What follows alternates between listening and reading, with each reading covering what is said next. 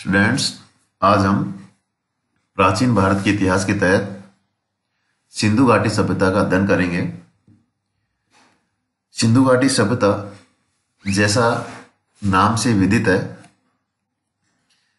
कि सिंधु नदी के आसपास का क्षेत्र, यानी कि सबसे पहले जो हड़प्पा, मोहनजोदड़ो, ये जो भी स्थल थे आसपास मिले थे, तो इस कारण सिंधु घाटी सभ्यता इसका नामकरण किया गया।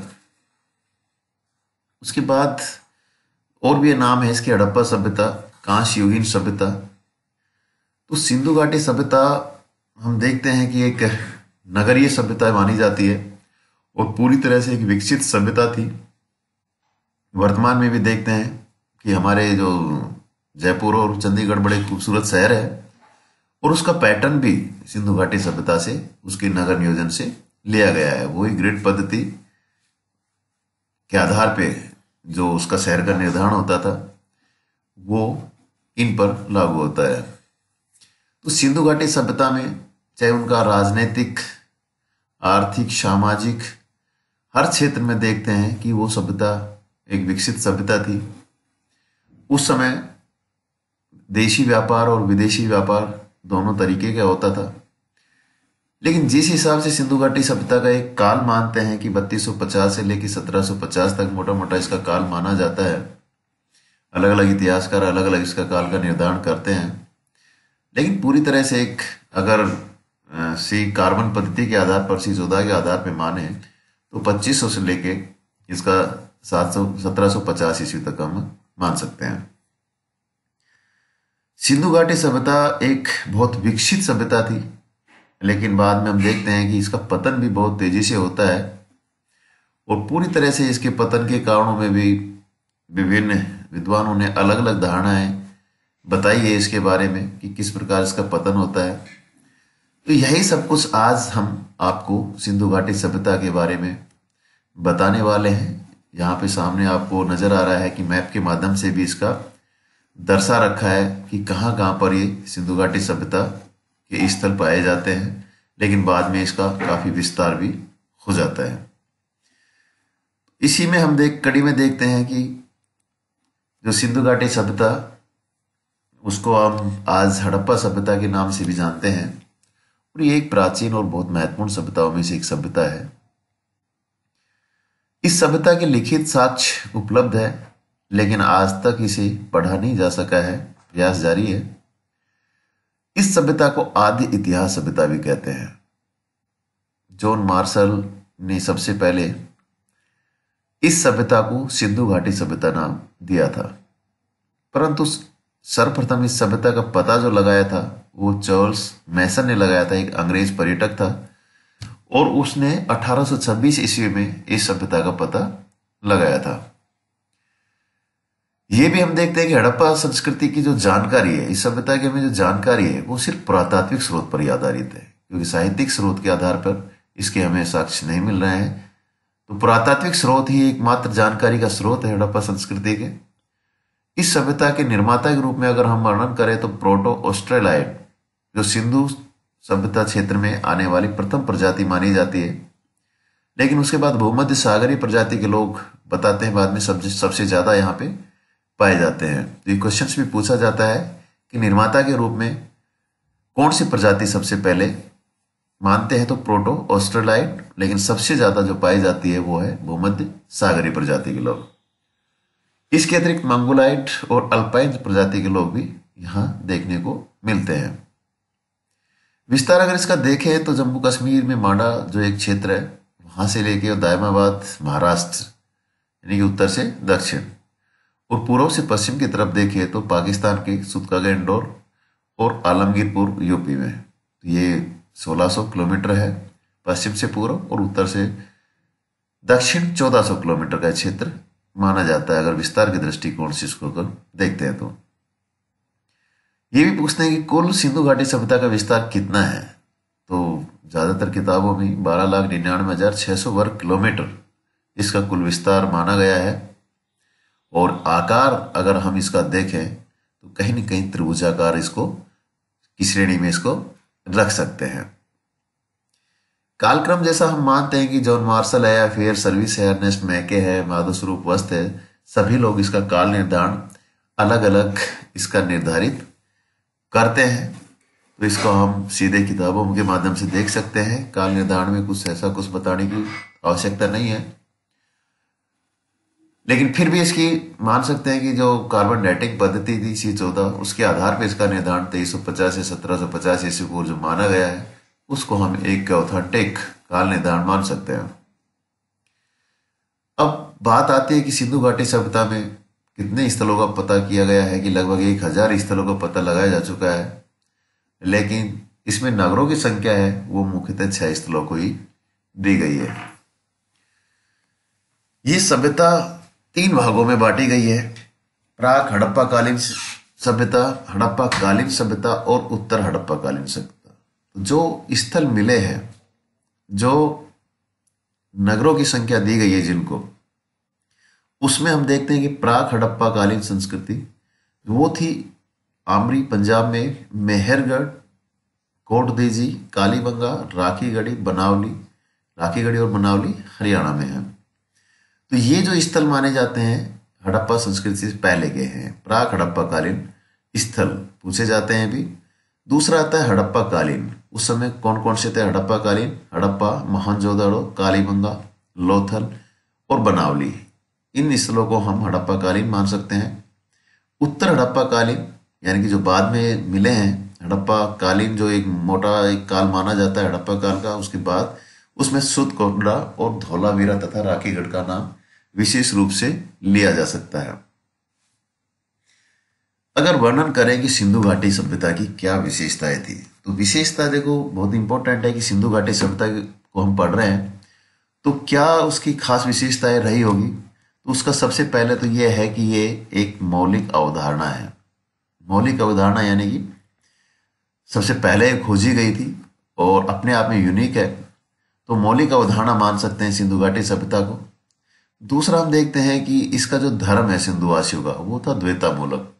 यहाँ पे स्त्री देवियां भी मिली है, पुरुष देवता भी मिले हैं, तो दोनों को समान रूप से पूजा जाता था। तो इसका मान सकते हैं कि द्वैतामूलक धर्म यहाँ पे उस समय प्रचलित थे। यहाँ के लोग शांति प्रिय भी माने जाते हैं, क्योंकि हम देखते हैं, आप आगे पढ़ेंगे कि किसी भी लड़ाई का वर्णन यहाँ पे हम नहीं करने वाले हैं, मिलता भी नहीं है। कोई साक्ष्यों के आधार पे जो भी पुरातात्विक साक्ष्य मिले हैं उसके आधार पे हम निर्धारित करते हैं कि कोई भी हड़प्पा में या कैसी भी कोई घटना का वर्णन यहाँ पे नहीं मिलता है। तो यहाँ के लोग बड़े शांति प्रिय लोग माने जाते थे। अगला हम मान सकते हैं हार सर्किल ऑर्डर इस सभ्यता में था। हार सर्किल ऑर्डर क्या है कि एक पीढ़ी के लोग नियम बनाते थे और दूसरी पीढ़ी के लोग उसका अनुसरण करते थे, तो एक सर्किल चलता था, तो बहुत एक सिस्टमेटिक था हार सर्किल ऑर्डर। तो यहाँ की कुछ खास विशेषताएं हैं और महत्वपूर्ण विशेषताओं नगर नियोजन को तो हम विस्तार से अब पढ़ने वाले ही हैं। तो ये कुछ विशेषताएं थी जो सिंधु घाटी सभ्यता की संबंधित मान सकते हैं। इसमें कुछ महत्वपूर्ण स्थलों का वर्णन कर सकते हैं। सभी महत्वपूर्ण स्थलों का वर्णन करना इतना आसान नहीं है, बहुत टाइम लगेगा, लेकिन कुछ स्थल है जो क्वेश्चंस पूछे जाते हैं, जिसमें हम पहला ले सकते हैं हड़प्पा का नाम ले सकते हैं। 1921 में दयाराम साहनी ने इसकी खोज की थी और कहाँ पे है? रावी नदी के तट पर। देखो इसमें यहाँ भी कंफ्यूज हो जाता है, कई बार अल्टरनेट आते हैं हड़प्पा सभ्यता कहाँ है, तो सिंधु नदी, रावी नदी, दूसरा आ जाएगा दूसरी नदियाँ सतलज वगैरह। तो ये मान सकते हैं बहुत से लोग सिंधु नदी पे लगा देते हैं, लेकिन हड़प्पा कहाँ पे? रावी नदी के तट पे है। और इस समय कहाँ है? पाकिस्तान में है, मोंटगोमरी नामक स्थल पे।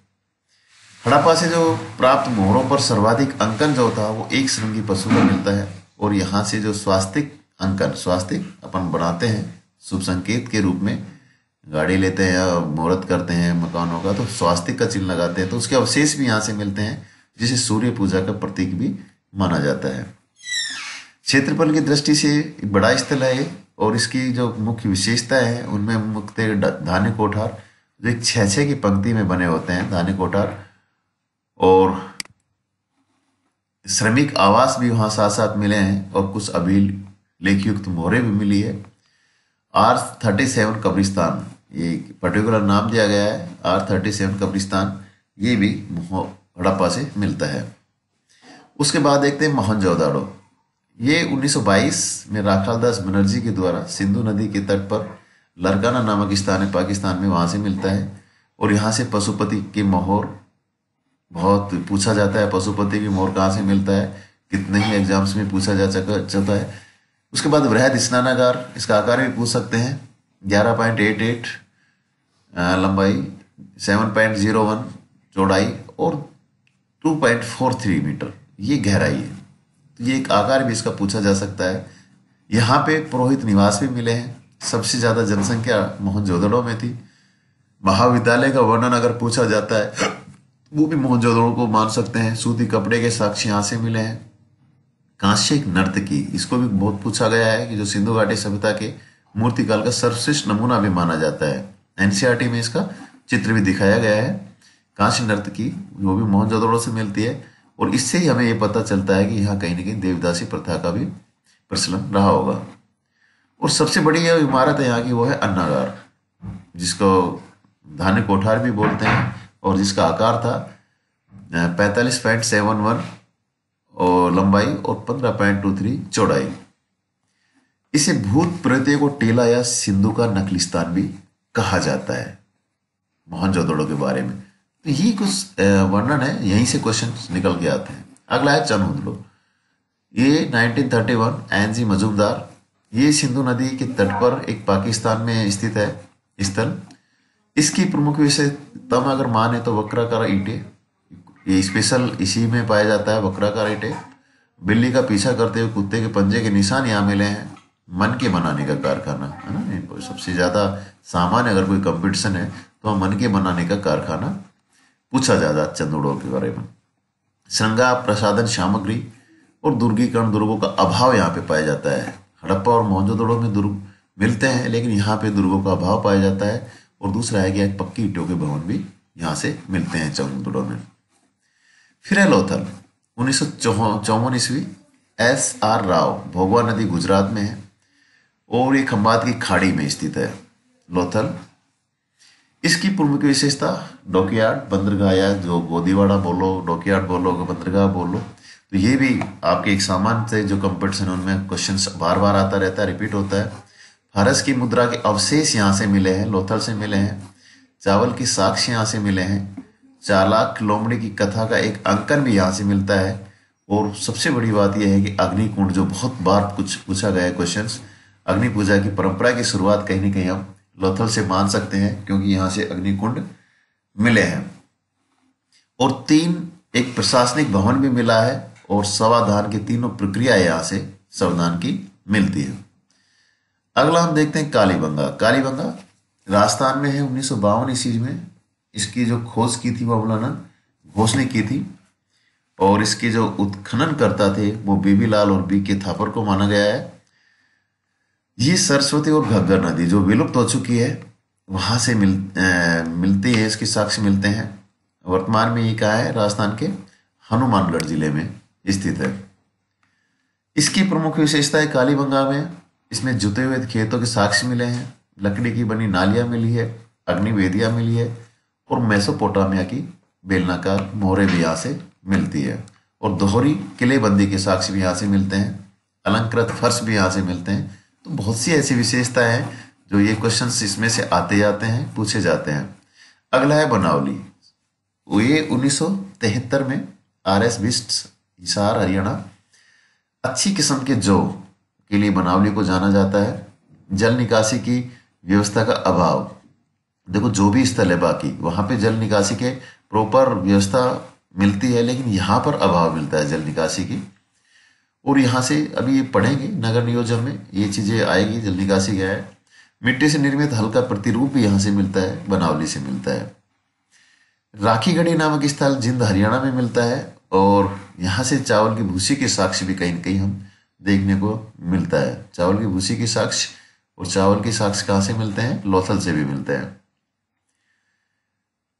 में देखते हैं महत्वपूर्ण स्थलों में धौलावीरा का नाम भी आता है। सबसे बाद में इसकी खोज की गई 1990-91 के आसपास RS बिस्ट के द्वारा की गई है और ये कच्छ का रन है गुजरात में, वहां पर मिलता है धोलावीरा।